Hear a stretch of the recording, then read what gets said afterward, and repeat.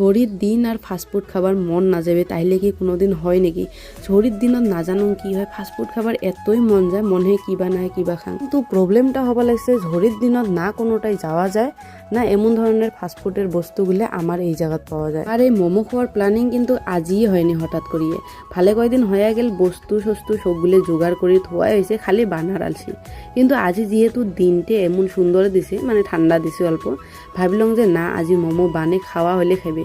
এইপাকে মুই মোমো বানিয়ে আসলাম, বইন কয়ে আছে কি এগুলো তুই পিঠে বানিয়ে লাগছে, আমরা যে কই পুলি পিঠে আর হাত জোড়া পিঠেও কয় কাউ কাউ। তো মুই কলং দে মুই তো এই কয়টা বানালুম, হাত জোড়া পিঠেই হোক পুলি পিঠেই হোক, তুই বানা আর কেমন করে বানাইস। তো এই পাখে বইন দিয়ে আছে উইয়ের মন পছন্দের স্টাইল।